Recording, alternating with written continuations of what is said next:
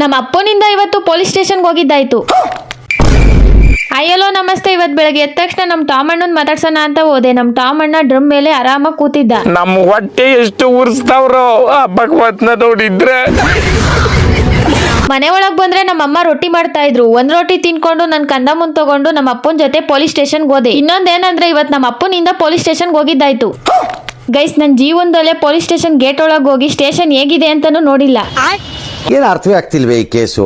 ನಂತರ ಮೂವಿಲೇ ನೋಡಿ police station ಈಗಿರುತ್ತೆ ಅಂತ ಅನ್ಕೊಂಡವ್ರು ಎಷ್ಟು ಜನ ಕಮೆಂಟ್ ಹಾಕಿ.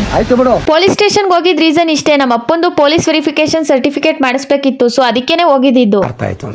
ರಾತ್ರಿ ಆದ್ಮೇಲೆ ಈ ರೀತಿ ರೆಡಿಯಾಗಿ ನಾನು ಮತ್ತೆ ನಮ್ಮ ಅಮ್ಮ ರಿಸೆಪ್ಷನ್ಗೆ ಹೋಗ್ತಿದ್ವಿ. ನಮ್ಮ ಅಮ್ಮಂಗ್ ನಮ್ಮ ಮನೆ ಡೋರ್ ಹಾಕಕ್ಕೆ ಬರ್ತಾ ಇಲ್ಲ. ಅಣ್ಣ ನನ್ನ ಕೈಲಿ ಆಯ್ತಾ ಇಲ್ಲ, ಅಯ್ಯೋ ಅಣ್ಣ.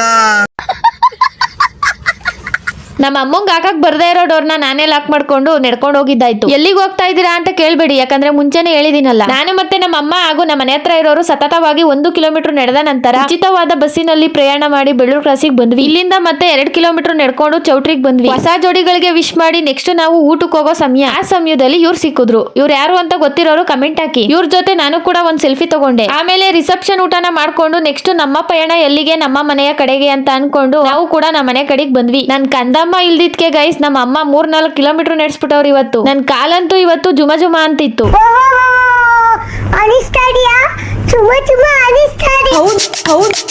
ಇವತ್ತಿನ ಮಿನಿ ವ್ಲಾಗ್ ಇಷ್ಟೇ. ಮತ್ತೆ ಸಿಗೋಣ ಇನ್ನೊಂದು ಪುಟ್ಟ ಮಿನಿ ವ್ಲಾಗ್ ನೊಂದಿಗೆ. Thanks for watching.